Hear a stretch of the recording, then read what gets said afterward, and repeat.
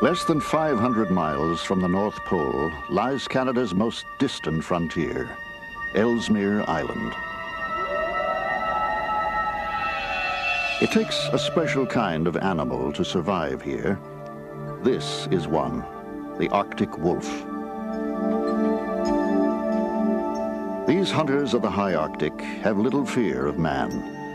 They roam this frozen wilderness beyond reach of the superstition, hatred, and mistrust we have heaped upon their kind. Now these wolves and men have met, and the encounter has revealed some of the truth about these animals' lives. Unlike wolves in other parts of the world, these creatures live so far away from towns and cities that they have never been hunted or persecuted. Ellesmere is an island surrounded by pack ice most of the year, a harsh land about the size of Nebraska. Passion for wolves would dream of tracking them into this desolate land. One such person is photographer Jim Brandenburg. He has been here before on assignment for National Geographic magazine. Now the wolves have lured him back. Wolves have always been a favorite animal of mine, and I suppose one of the reasons they're my favorite animals is because they're so intelligent. That intelligence makes it nearly impossible to film them in a more conventional place, say in the forested areas. And for some reason, these Arctic wolves have got a quality about them where they tolerated us very well, and it became clear that they would make a wonderful story.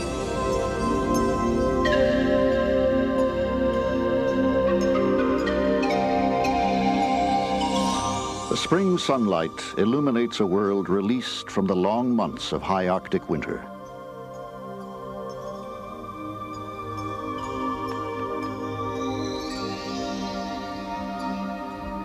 The polar bears patrol once again, but they are little threat to the wolves here, since they rarely move far from the sea. The wolves are more likely to chase them, according to Dave Meach, a wolf biologist with 30 years' experience. He came here with Jim Brandenburg to observe the pack and its den. It was a dream come true for me to finally get to Ellesmere Island. I'd known about the wolves there for about 20 years, but I never thought I'd ever have a chance to work with them. Everywhere else in the world, wolves have been so persecuted that they're extremely afraid of humans, and one can't get close enough to them to watch them. But this area is so remote, they're basically unafraid of humans. For the first time, Meach can watch from close up as a wolf pays homage to its pack leaders, known as the alpha male and the alpha female. The hierarchy of the group, who dominates whom, is reflected in body language and actions. By observing and analyzing the wolves' behavior, scientists like Meach can understand the social structure of the family unit. To learn what I wanted, I knew I had to find the den, the shelter where the wolves have their pups for a couple of months of the year in the summer. There's only one such den in about 1,000 square miles, so it took a long time to find it. Actually, I spent a solid week searching for it and was elated when I finally was able to locate it. There's very few such suitable dens around in this region because of the pervasive permafrost, which prevents the wolves from digging. Having found the den, it was really clear to me why the wolves had chosen the site. It was a beautiful rock cave at the end of a long ridge overlooking a wide valley with a stream flowing down the middle, and the wolves could look out in every direction for many miles. What Dave and Jim are about to observe and film in the short Arctic summer would give them a unique experience. They knew they had the possibility of living in the midst of this wild pack, almost becoming part of it. They found themselves amazingly close to Mom, as they called her, as she took her pups out, probably for the first time. These were not the mindless killers of fiction and fable. Finally, the men could begin to record the real story of these animals. Filmmaking is an involved process. You need lots of equipment, lots of boxes of lenses and cameras. In a remote location like this especially, we need backup equipment, so we need extra beyond the normal. The wolves had picked the perfect den, and we'd tried to find the perfect campsite. We wanted to be close enough to the wolf den to keep an eye on it, yet not too close to put pressure on the pack and the daily activities of rearing the pups. Again, one of the reasons I respect wolves so much is you really can't fool them. As a wildlife photographer, you learn very quickly techniques that you can use to sneak up on animals, either using a hide or a blind or long lenses. In such difficult terrain, teamwork is essential. We were able to work quite well together because of the fact that both of us needed the same thing. To photograph wolves or to observe them, you've got to get close. The main thing we had to watch out for is just that we didn't disturb them. With this kind of light, Dave, I think we'll have to get a little closer. It's awfully murky and heavy light. Yeah, I think we can do it. They don't show any sign of being disturbed now. If Mom is like last year, she'll be quite tolerant. Yeah, but we can't take a chance. It might not even be her. Right. Let's just go slow at first.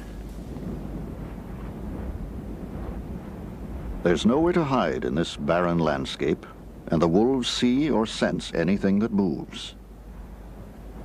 Mom knows the men are there, but tolerates their careful, patient approach.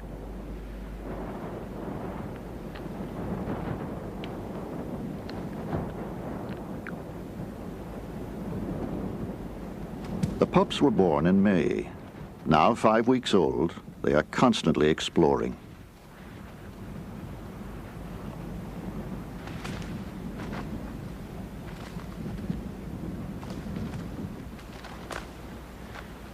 For Dave Meach, this unusually intimate view provided important new information.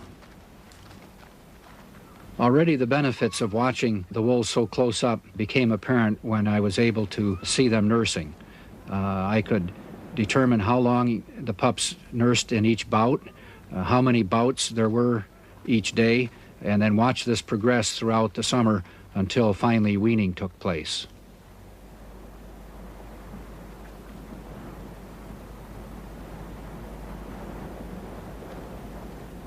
Although it's almost midsummer, the day is freezing cold, a new experience for the pups. They spent the first weeks of life in the den, sheltered by their mother's warmth. Luckily, there are places to get away from the chilling wind.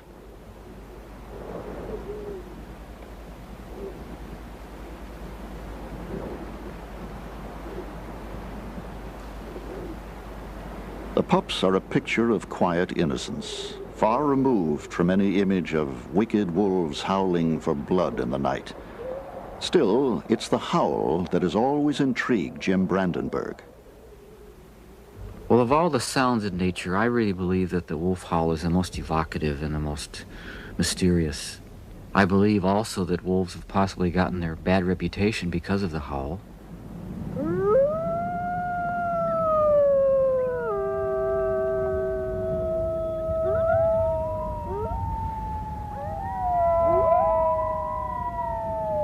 To the wolves, howling is a very important part of communicating their community spirit. It's sort of like the glue that holds the family together. I'd never been able to watch wild wolves while they were howling, so I wanted to look at howling very closely in all of its forms. It's especially nice to be able to watch them while they're doing it. Oh. Yeah, you can't do that down in the forested areas, but The alpha male, to me, has the most distinctive voice for his... Halfway through the howl, he changes an octave.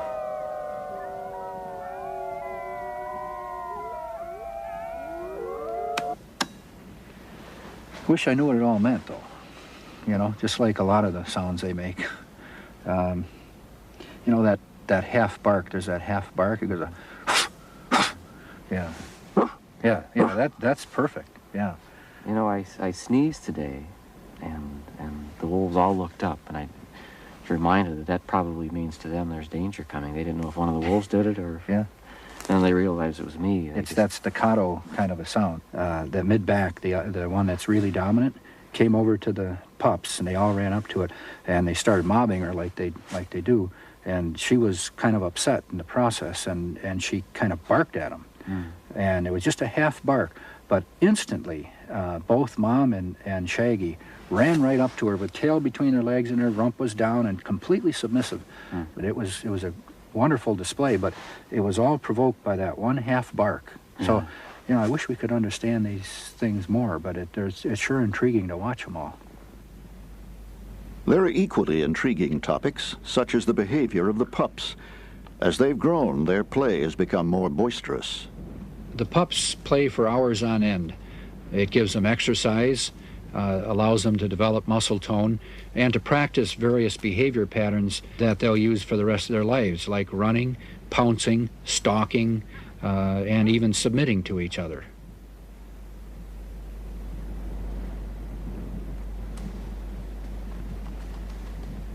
Competing for food is a very important part of every wolf's life, even amongst litter mates. A pup grabs a feather and tries to hold on to it as long as he can. This is similar to grabbing a piece of food and holding it. In this respect, learning tug-of-war becomes very important. Today it's a feather, tomorrow it's a whole bird.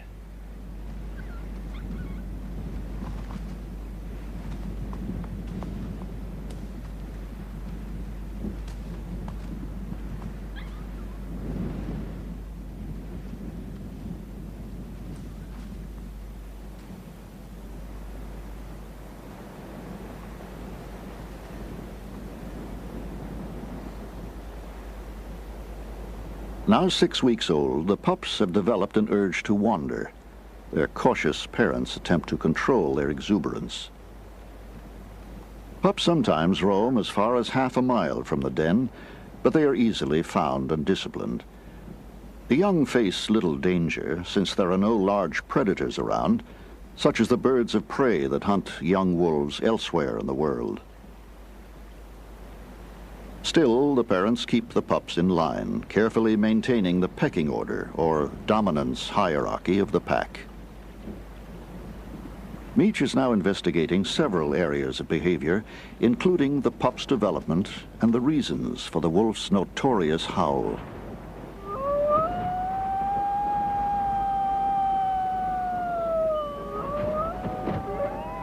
When a pack wakes up, they may begin to howl, and even the pups attempt to join in.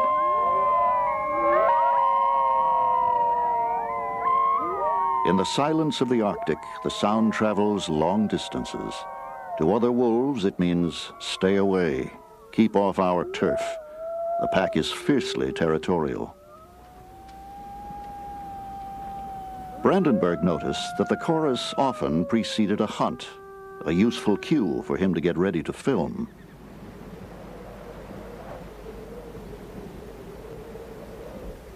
It seems an unkind trick of nature that the Arctic hares of Ellesmere keep their white coats in the summer. Easy to spot, they are a favorite and nutritious food for wolves. Although a hare can weigh 8 pounds, a wolf can down 2 in one day.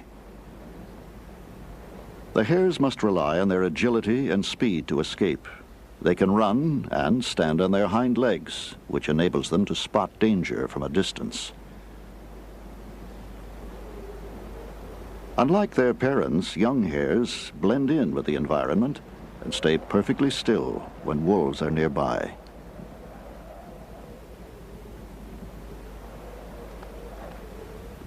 Among the most impressive beasts of the high Arctic are the musk oxen, shaggy wanderers that graze in the wilderness, a great challenge to the wolves. How far off would you say that is, Dave? Oh, I'd guess a mile. Close to a mile, that's what I would say. Well, I see at least 5 musk oxen. They must have driven them up from the valley below. I don't know whether they're trying to unnerve the musk oxen, or those animals can't eat now while they're all grouped up like that. I wonder if there's a calf in there. There must be a calf in there somewhere.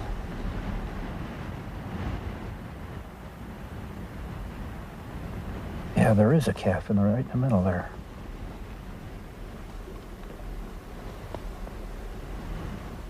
That's why they're so interested. A standing circle of musk oxen presents a formidable defense, but it's part of the nature of wolves to attack and kill animals larger than themselves. It's a skill that Meach and Brandenburg are eager to document.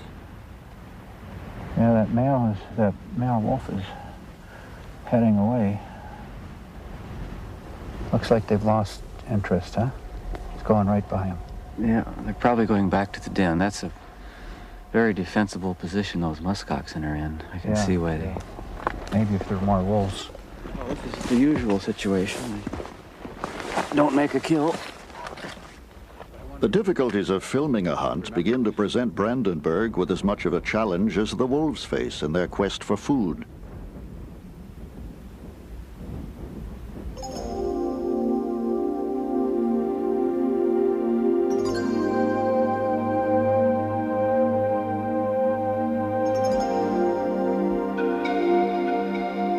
In the perpetual light of summer, the Arctic can become surprisingly warm. On these July days, huddling is no longer vital for the comfort of the pups, now 2 months old.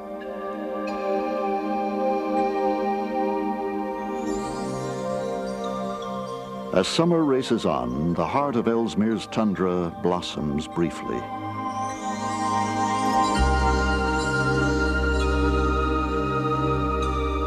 Long-tailed Jaegers raise their chicks among the dwarf willow and mosses. Wolves often pass close to the nests on the ground, but rarely take advantage of the easy prey. The Jaegers, nevertheless, are wary of both wolves and people.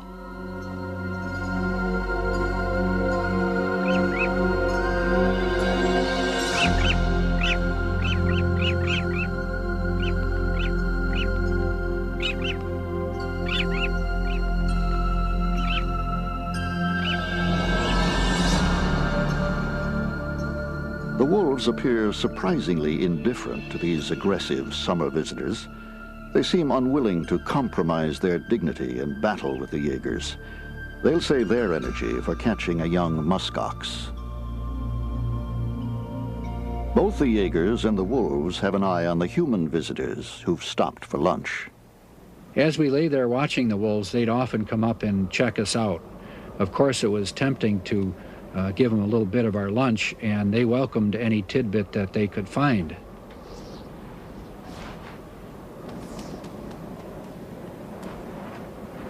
This helped develop a rapport between them and us that was very useful to our being able to observe them close up.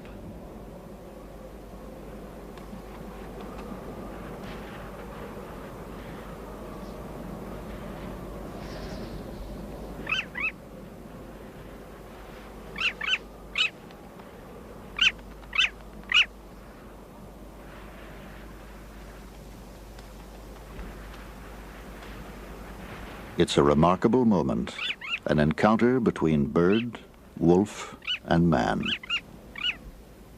Still, the boldness of the wolves created some anxiety. Camping out right in the wolves' backyard created a situation where I had the feeling at any time the wolves could have gone in and really torn the camp apart.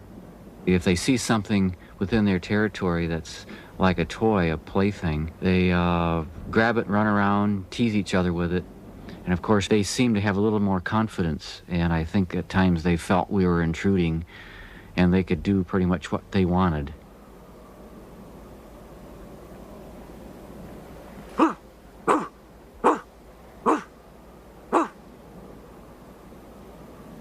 At times, it pays to speak wolf.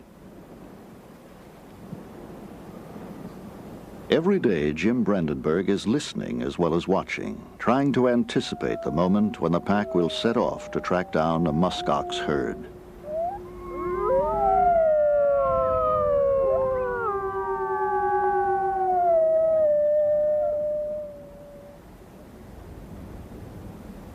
This particular day, they woke up, and predictably, after a long sleep, woke up with lots of excitement. And I sensed very strongly that something big was about to happen. Some days they would leave the den site and kind of wander casually and be gone for a couple hours and come right back. But this particular day, they took off in a straight line towards the east, single file, at a very quick pace, the kind of pace that, even with the advantage of the machines, it was very difficult to keep up.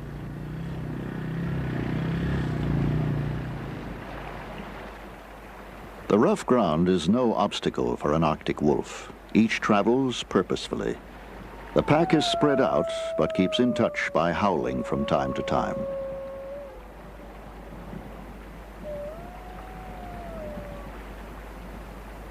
While the wolves are within range of the den, their howls are heard by the pups and the female that watches over them.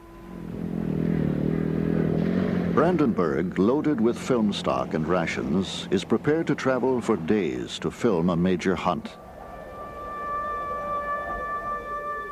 One of the advantages of working in the high Arctic that you don't find in lower latitudes is you have 24 hours of daylight.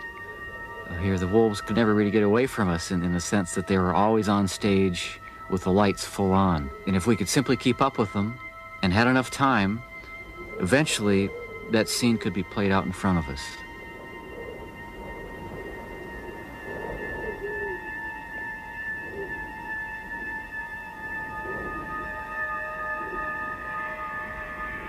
There are anxious moments when the wolves are far ahead out of sight. Brandenburg has only their tracks and his intuition to follow.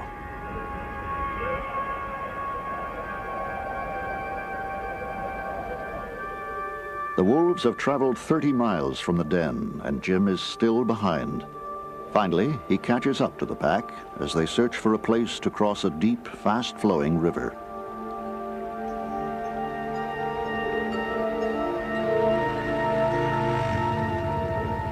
Again, his hopes of filming an attack on musk oxen are crushed. It was quite a frustrating experience watching the wolves continue on in the distance, out of sight, knowing that they were clearly going on to some fairly intense action. With summer running out, Meach and Brandenburg decide that a change in plan is imperative. Let's get down. Rather than follow the pack, they'll sit tight, following all that happens right here for the next 24 hours. It made sense to commit a complete 24-hour documentation from one spot.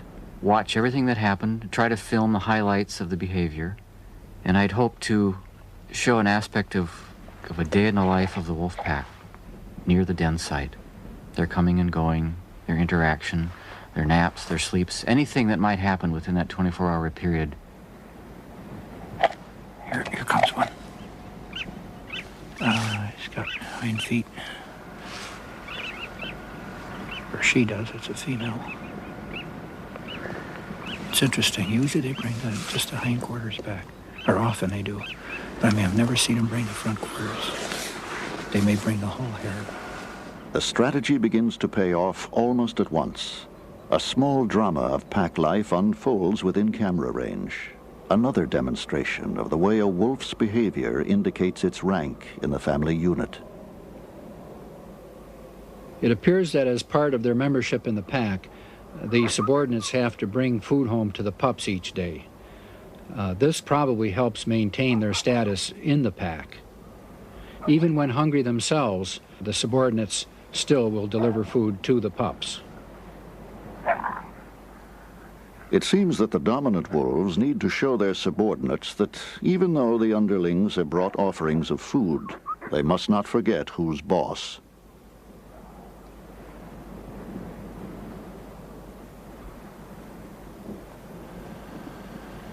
As I watched them closely, I noticed that from time to time, subordinates would actually steal food from the pups. Most are young animals that are still learning how to hunt themselves, so this surplus food forms an important part of their diet. Wish I knew which male that was. I think that's the one that limped. Left shoulder's the one that's limping now. He's got a little limp in his left hind leg today, as well as his left front. Telling each of the pack members apart was always a challenge. and a difficult thing to do. However, we were aided by the fact that the alpha male usually dominated the other members of the pack, and in doing so held his tail in the air. To keep track of individual wolves, Meach uses names like Shaggy, Scruffy, and Lone Ranger. His observations show him that the alpha male has another recognition signal besides tail waving. The alpha male was also distinctive in that he raised his leg when he urinated. The alpha female does that as well. This raised leg urination is a way of bonding the two together in a sexual tie. That tie is recognized by all the other members of the pack.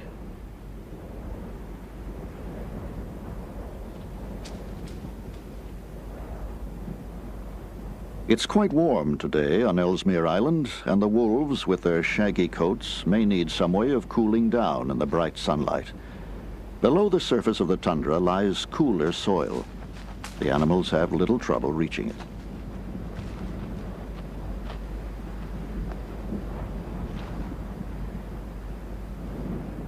The softest spots are the heathery hillsides. I've actually watched wolves sleep there for as long as 18 hours at a time.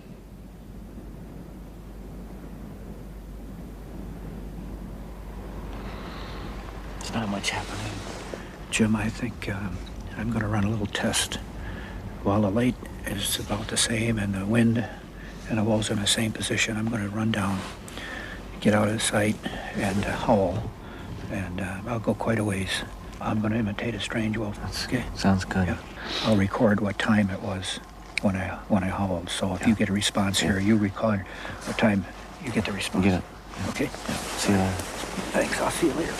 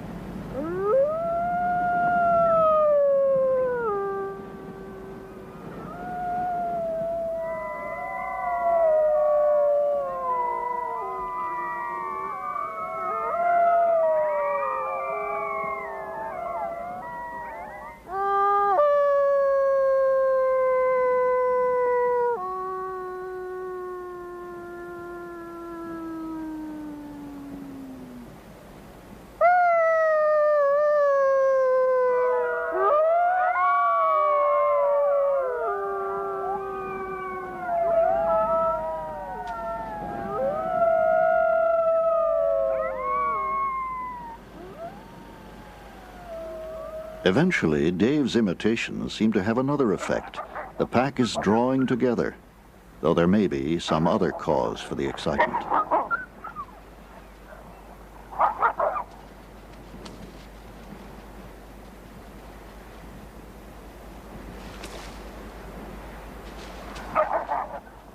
Two of the pack are waving their tails as signals of leadership, telling the others that they are in charge. Meach, however, has seen nothing of this.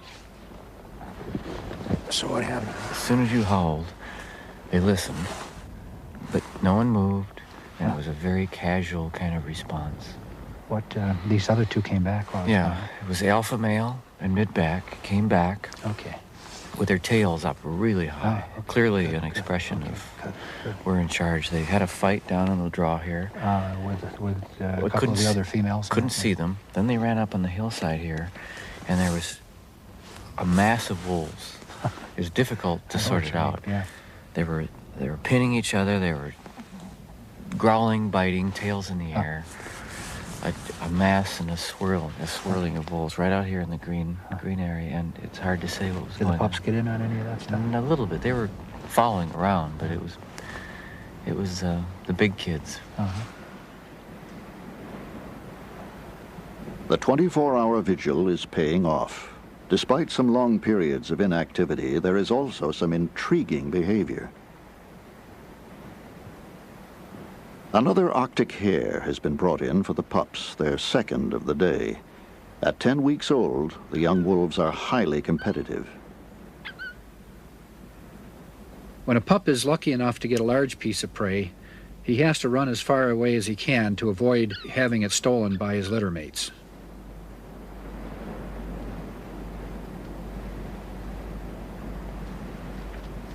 At this point, I get the impression that no one pup dominates the others, and that all tend to get their share of the food.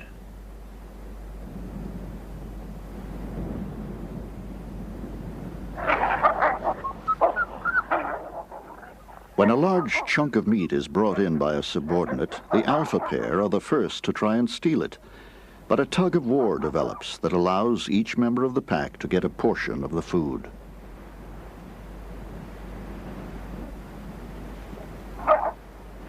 The hare was caught nearby.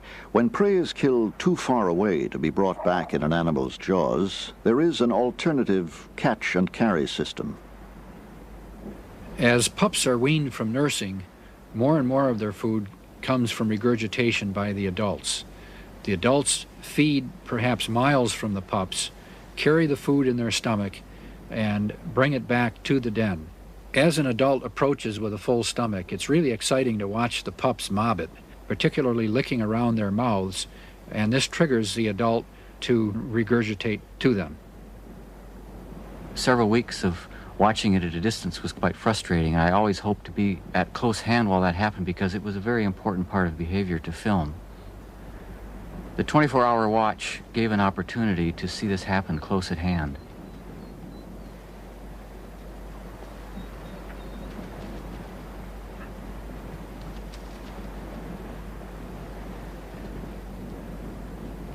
The alpha female brought back a nice meal for the puppies. She, for some reason, chose not to do it to my back this time. She unloaded her precious cargo right in front of the camera, and the pups quickly gobbled it up.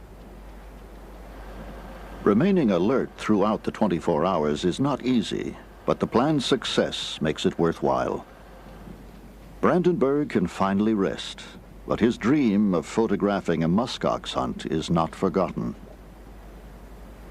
During Meech's turn on watch, the wolves grow curious. From the start, Mom was the friendliest and most tolerant of the group.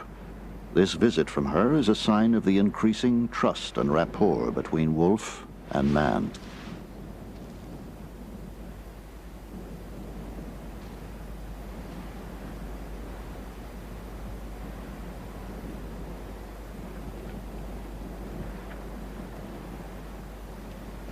Curiosity satisfied for the time being, she sets off across the valley, leaving behind two very contented observers.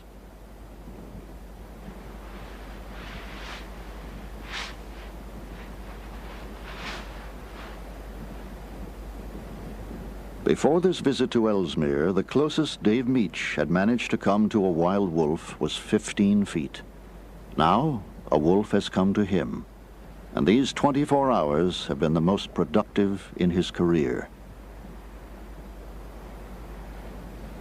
As the wolves bed down and the team's vigil finally ends, Meech decides on his next move to take advantage of this rare situation. I really wanted to see just how close I could get to the pups. If I could get close enough, I could identify each one individually perhaps, or at least find a way of marking them so that I could. And that would allow me then to see if there's any particular individual who was more aggressive than the others, or got more food, or perhaps was more exploratory. But all this would require that I get close to them. I also wanted to see just how Mom would regard me when I was that close to her pups. It's 3 a.m. on a sunny but chilly night. For whatever reason, Mom began to howl, and the pups joined in. I would have loved to have joined them as well, but being so close to the den, I thought perhaps my howl would have upset the entire pack. Nevertheless, I couldn't resist at least going through the motions.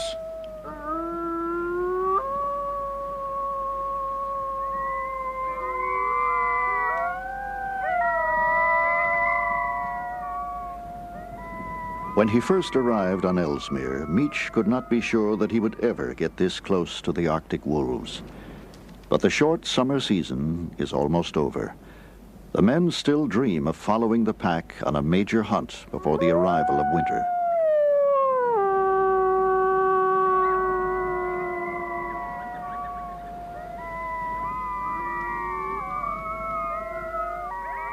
Time was running out, and I knew this hunt sequence was crucial to the success of the film.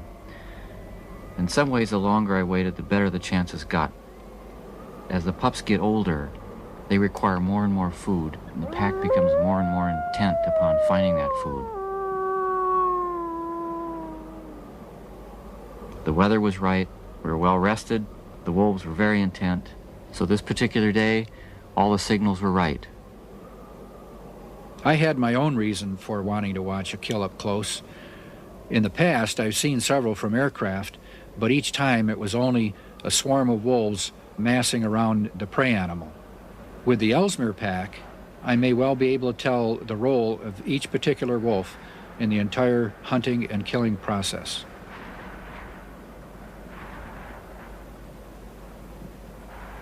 Catching a muskox is not an easy job, and the wolves must be careful and clever. They need to nip at the animals and still avoid their hoofs and their horns. But when the wolves get close, the muskoxen must stop, group together, and face them.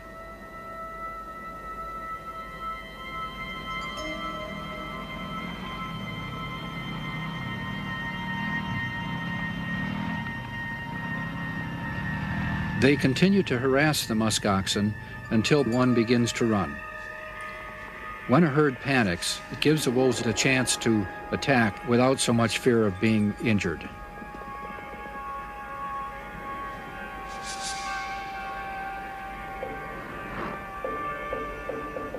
Both predator and prey have to rest frequently, and skirmishes like this may go on for hours.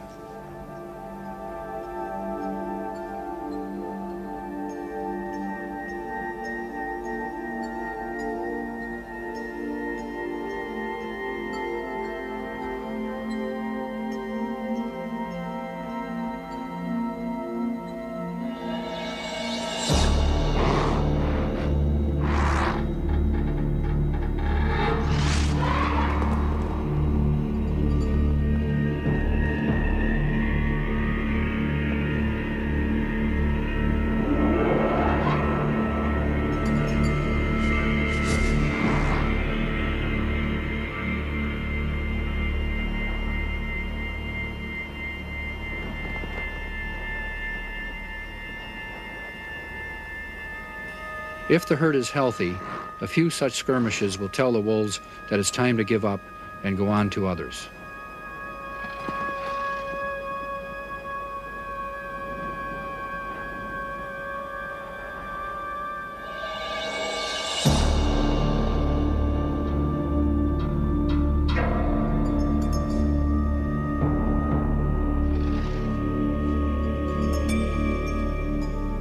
The pack rested for 45 minutes and then took off for another 5-mile jaunt.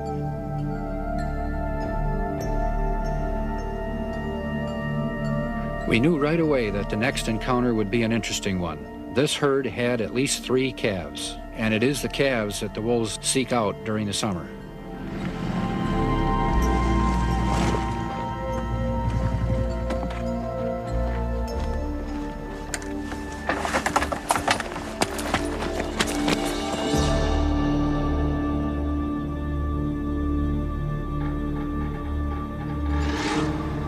I could see that it was the alpha pair that led the charge down to the herd.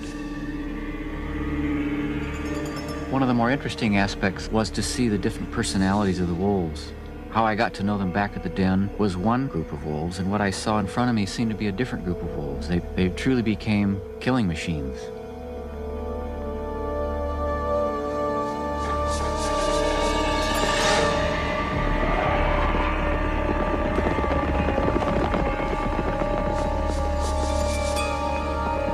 wolves separated out a calf from the herd, and the calf's mother decided to go on in the safety of the group.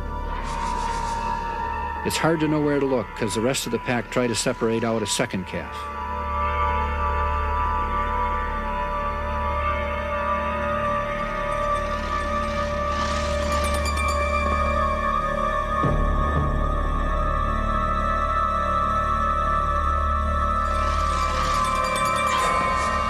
Meanwhile, back with the first calf, the alpha male clings to a hind leg.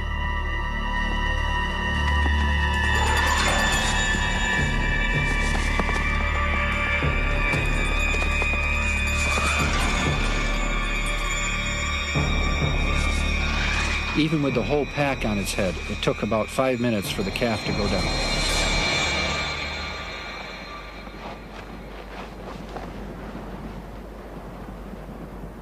For 3 tense hours on the tundra plain, Dave and Jim witness a scene older than mankind.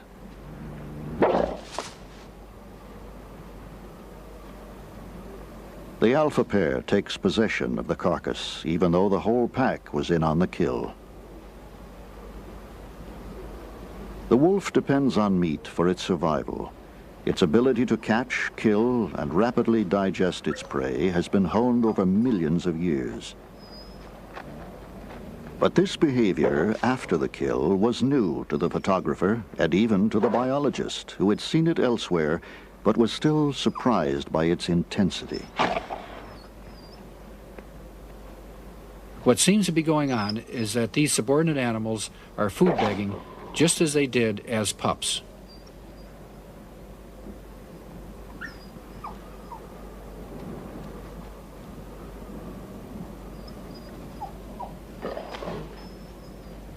Although this was a strong scene to watch, I was jubilant to have seen it close up and to have been able to confirm the dominant role of the alpha animals.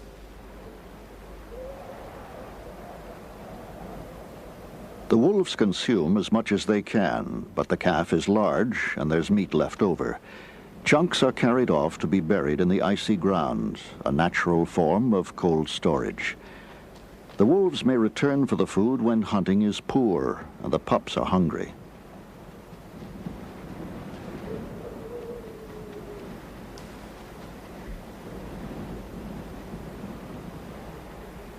Their stomachs full of food to be regurgitated for the pups, the wolves are ready to begin the trek back to the den. They've suffered some injuries, but all 5 are strong enough to make the journey.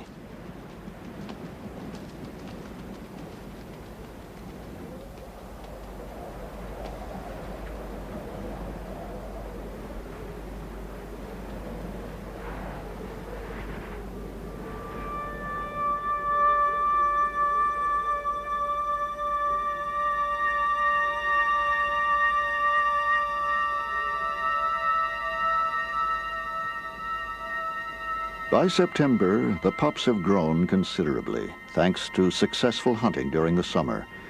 They'll need stamina and strength to make it through the coming season.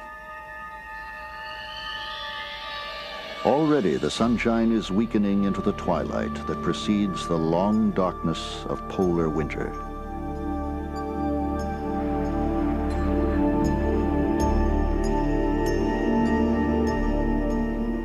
The Arctic wolves' coats are now long and thick enough to protect them from temperatures that will plunge far below zero.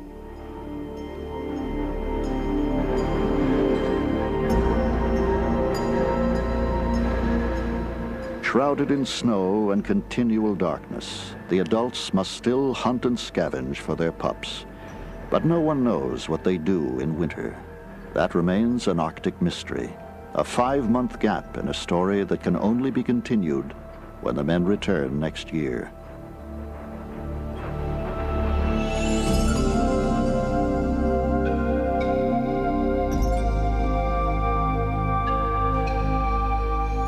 It is the following spring. Meach and Brandenburg have returned to Ellesmere to resume their work. When I returned once again in the spring, the pack had changed. 3 members were missing, and there was a new alpha male, probably one of the subordinates that moved up into the old one's place. What happened to the old alpha male, I can't say, but 3 wolves were found dead in the area at the end of winter. Getting to know the small, cuddly puppies, watching them grow and seeing all the energy that was invested in them by the adults, knowing they were going into a very harsh winter, I often wonder what ever become of them, knowing that they all can't survive. Most of the time the wolves go off and die in places that you never see, but to be able to go over and actually touch and feel the ribs sticking out was a very poignant moment. The mysteries of winter lead to more questions in the spring. Did these animals die of starvation, disease, old age, or some other cause? When and why did the change in the social order of the pack occur? The more I watch these wolves, the more questions come to mind. As the pack composition changes from year to year, the social behavior changes, both in relation to each other and to the pups. Seeing the wolves around the den again immediately told me that I was in store for another summer of good data collecting.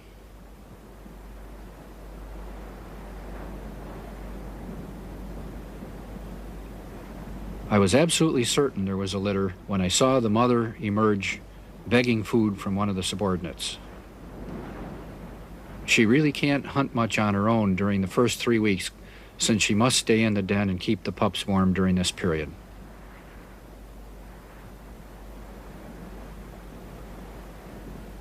In a remarkable display of tolerance, Mom allows Brandenburg to enter the den to view her new litter. It was a difficult decision whether to go into the den or not. Once it was made, it was very satisfying to know that they trusted me so much at this point that they allowed me with their young.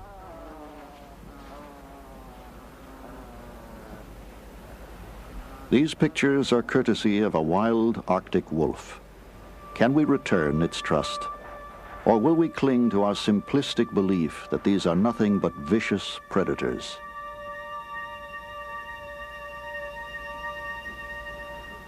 In the high Arctic, man has now seen more of wolves than ever before. Brandenburg and Meach have shown them to be tolerant, resilient creatures, bound to each other by their complex social rules, living and hunting together for the sake of survival.